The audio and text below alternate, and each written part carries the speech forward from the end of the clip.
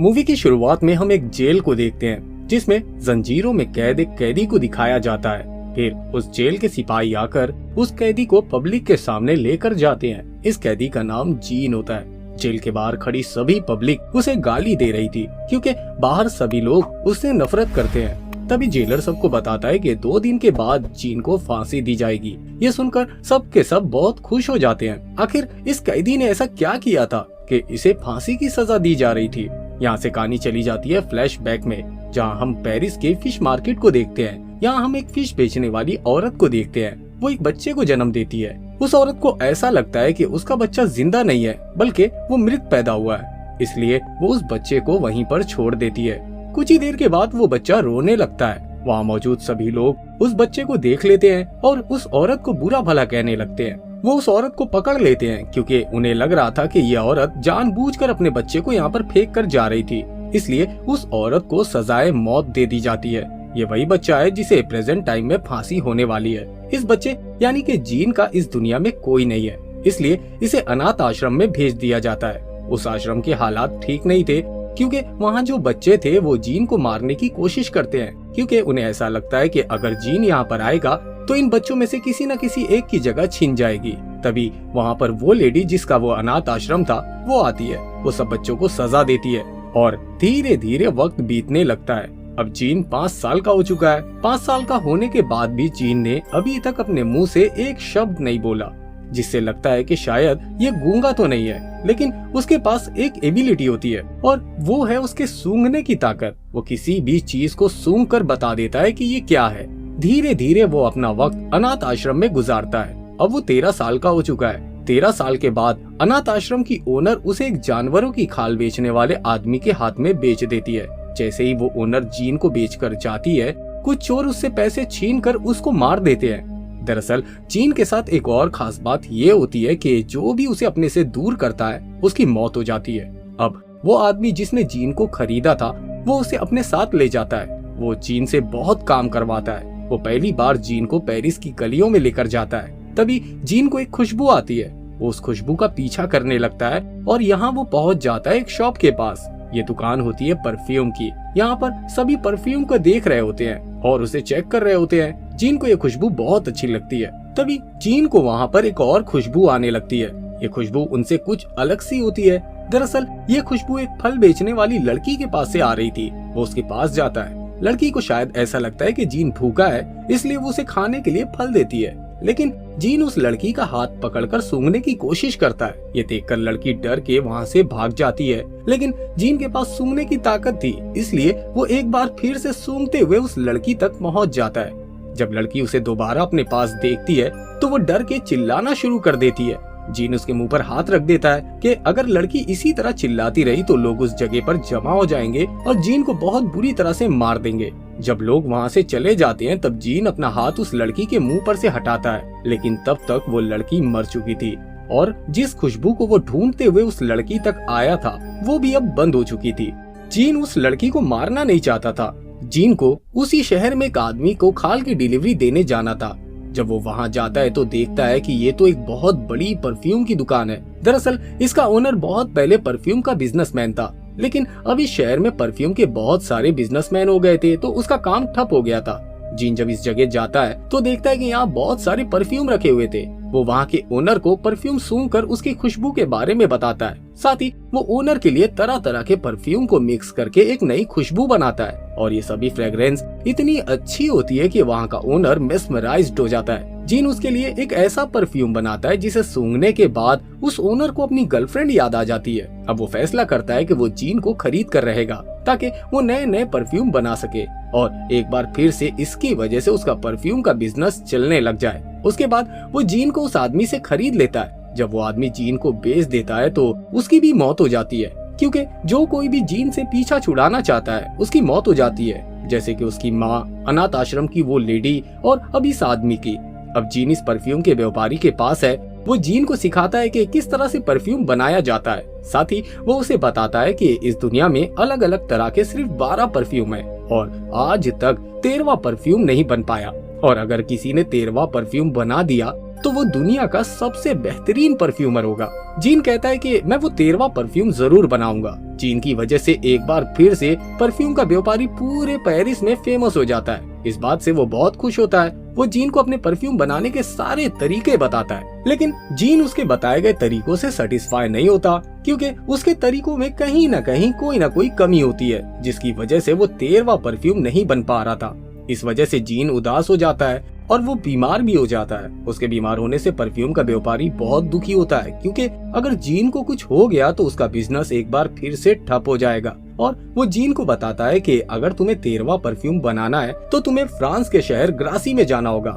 लेकिन जीन के जाने से पहले परफ्यूम का व्यापारी जीन से परफ्यूम बनाने के 100 अलग अलग तरीके सीख लेता है। उसके बदले वो व्यापारी उसके लिए ट्रैवल के सारे पेपर्स बनाकर क्लियर करता है। और अब जीन यहाँ से फ्रांस के शहर ग्रासी के लिए निकल जाता है और उसके जाते ही परफ्यूम के व्यापारी का घर गिर जाता है, जिसके नीचे दबकर उसकी मौत हो जाती है। वहीं हम जीन को देखते हैं जो कि सफर में होता है। उसे वहाँ पर 2 रास्ते दिखते हैं। एक रास्ता गांव से होता हुआ जाता है और दूसरा रास्ता पहाड़ों जंगलों से होता हुआ जा रहा था। जीन पहाड़ों और जंगलों वाले रास्तों को चुनता है। दरअसल जीन ये फैसला कर चुका था कि अब वो इस दुनिया और यहाँ के लोगों से अपने आप को अलग कर लेगा, पहाड़ों और जंगलों में रहना शुरू करेगा। इसलिए वो रास्ते में गुफा में रहना शुरू कर देता है। अगले कई दिनों तक वो वहीं पर रहता है और एक रात उसे वही लड़की का सपना आता है जो फल बेच रही थी, जिसकी बॉडी से खुशबू आ रही थी। तभी उसकी आंख खुल जाती है। वो देखता है कि उसके आसपास तो कोई भी नहीं है। उसके बाद वो अपनी बॉडी को भी सूंघता है, जिससे उसे पता चलता है कि उसकी बॉडी में भी कोई खुशबू नहीं है। जीन को लगता है कि उसके पास कोई खुशबू है ही नहीं, इसीलिए दूसरों की खुशबू उसे डिस्ट्रैक्ट करती है। और अब वो फैसला करता है कि वो ग्रासी जाएगा और उसके बाद वो सफर पर निकल पड़ता है। तभी उसे रास्ते में सेम वैसी ही खुशबू आती है जैसे कि उस फल वाली लड़की की बॉडी से आ रही थी। वो देखता है कि वहाँ पर एक घोड़ा गाड़ी है और उसमें एक लड़की है। अब जीन उस घोड़ा गाड़ी का पीछा करना शुरू कर देता है। ये घोड़ा गाड़ी ग्रासी शहर के बहुत ही आलीशान घर में जाती है और ये एंटोनी नाम के एक आदमी का घर है जो कि काफी अमीर है। घोड़ा गाड़ी में जो लड़की होती है वो उसकी बेटी है, जिसका नाम लौरा है। लौरा बहुत ही खूबसूरत होती है। अब जीन ग्रासी में काम करना शुरू कर देता है। वो एक औरत के अंडर काम करता है, जहाँ वो जानवरों की चर्बी से खुशबू निकालने के 2 अलग अलग तरीके सीखता है और वो इन तरीकों का इस्तेमाल इंसानों के ऊपर करना चाहता है। दरअसल जीन उन 13 की 13 खुशबू को अलग अलग बोतल में कैद करना चाहता था, इसलिए वो एक लड़की को किडनैप करता है और जो तरीके उसने सीखे होते हैं उस पहले तरीके को वो उस लड़की पर इस्तेमाल करता है, लेकिन वो इसमें फेल हो जाता है। उसके बाद वो एक और लड़की को बुलाता है और उसे भी मारकर उस पर दूसरे तरीके को इस्तेमाल करता है और वो उसमें कामयाब हो जाता है। यानी कि उसने चर्बी से खुशबू निकालने के तरीके को सीख लिया था। अब यहाँ पर जीन लड़कियों की स्किन से अलग अलग तरह की खुशबू बनाना चाहता है, इसलिए वो लौरा की पार्टी में जाता है। वो उस पर हमला करके उसे किडनैप करने की कोशिश भी करता है, लेकिन वो ऐसा कर नहीं पाता। लेकिन इस पार्टी में से 2 जुड़वा बहनें गायब हो जाती हैं और अगले सीन में हम देखते हैं कि जीन ने 2 अलग अलग तरीके की खुशबू बनाई है, जिससे हमें पता चलता है कि उन दोनों लड़कियों को जीन ने ही किडनैप करके मार दिया है और उनकी स्किन से ये खुशबू बनाई है। उसके बाद जीन एक के बाद एक कई लड़कियों को किडनैप करता है और अब उसके पास 12 बोतल है जिनमें अलग अलग तरह की खुशबू है। शहर में लड़कियों के इस तरह गायब होने से हलचल मच जाती है। सब अपने घरों के बाहर ताला लगाना शुरू कर देते हैं। वहीं हम लौरा के पिता एंटोनी को देखते हैं, जो इस शहर के बहुत ही जिम्मेदार और पॉपुलर इंसान है।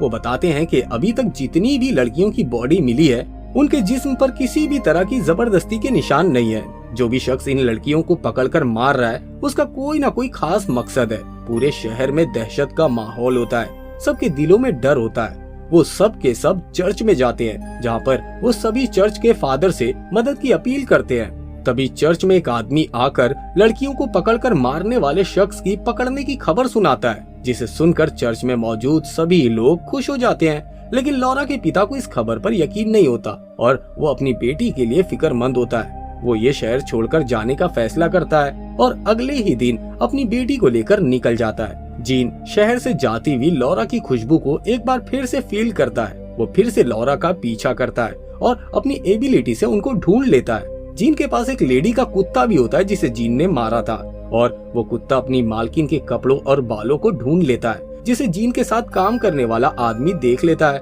तभी यहाँ पर पुलिस आ जाती है और तलाशी में उन्हें सभी मरी हुई लड़कियों के कपड़े और बाल मिलते हैं। यानी कि अब उन्हें पता चल चुका है कि असली कातिल जीन है।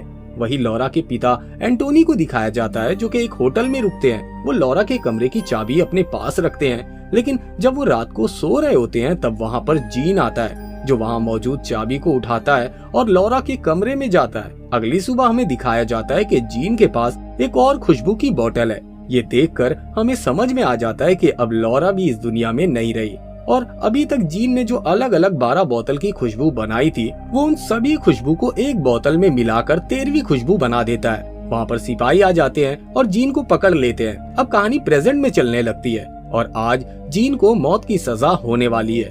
दूर दूर से लोग यहाँ पर जमा हुए थे ताकि इसकी मौत का मंजर अपनी आंखों से देख सकें। अब जीन वहाँ पर आ जाता है और जो उसने 13वीं खुशबू बनाई थी वो उसे अपने जिस्म में लगा लेता है। और जब वो उस आदमी के पास जाता है जो जीन को सजा देगा, तो वो आदमी जीन के कदमों में गिर जाता है और कहता है कि जीन बेकसूर है। दरअसल जीन के जिस्म से जो 13वीं खुशबू आ रही थी, उससे ये आदमी पूरी तरह से मिसमराइज्ड हो गया था। उसके बाद जीन उस परफ्यूम को एक रुमाल में लगाता है और उस रुमाल को वो हवा में लहराना शुरू कर देता है, जिससे सभी लोगों को खुशबू आने लगती है और इस खुशबू से सभी लोग मदहोश हो जाते हैं। सब इंसान एक दूसरे से प्यार करना शुरू कर देते हैं। तभी यहाँ पर लॉरा के पिता आ जाते हैं। उनके पास तलवार होती है और वो जीन को मारना चाहते थे, लेकिन उस खुशबू का उन पर भी असर हो जाता है और वो भी मेस्मराइज्ड हो जाते हैं। वहीं अपने घुटनों पर गिर जाते हैं और जीन को अपना बेटा मान लेते हैं। जीन को एहसास हो जाता है कि उसने गलती की है। उसके दिमाग में यादों में वो लड़की थी जिसको उसने पहली बार मारा था। वो सोचता है कि काश वो लड़की जिंदा होती तो वो उसके साथ रह पाता और उससे प्यार करता। जीन को अपनी गलतियों का एहसास होता है, इसलिए वो निकल जाता है। वो पेरिस के उस फिश मार्केट में जाता है जहाँ जीन का जन्म हुआ था। वो अपनी ही बनाई हुई 13वीं खुशबू को अपनी जेब से निकालकर खुद पर उंडेल लेता है। वहाँ बहुत सारे लोग बैठे हुए थे जो इस खुशबू से अपना आपा खो बैठते हैं। वो जीन के ऊपर टूट पड़ते हैं और उसे मार डालते हैं। इस तरह जीन की मौत हो जाती है और इसी के साथ ये मूवी यहीं पर खत्म हो जाती है। दोस्तों, अगर आपको हमारा ये वीडियो पसंद आया हो तो वीडियो को लाइक करके चैनल को सब्सक्राइब कर दे और हाँ, बेल आइकॉन के बटन को दबाना ना भूलें। फिर मिलेंगे अगले वीडियो में। जय हिंद।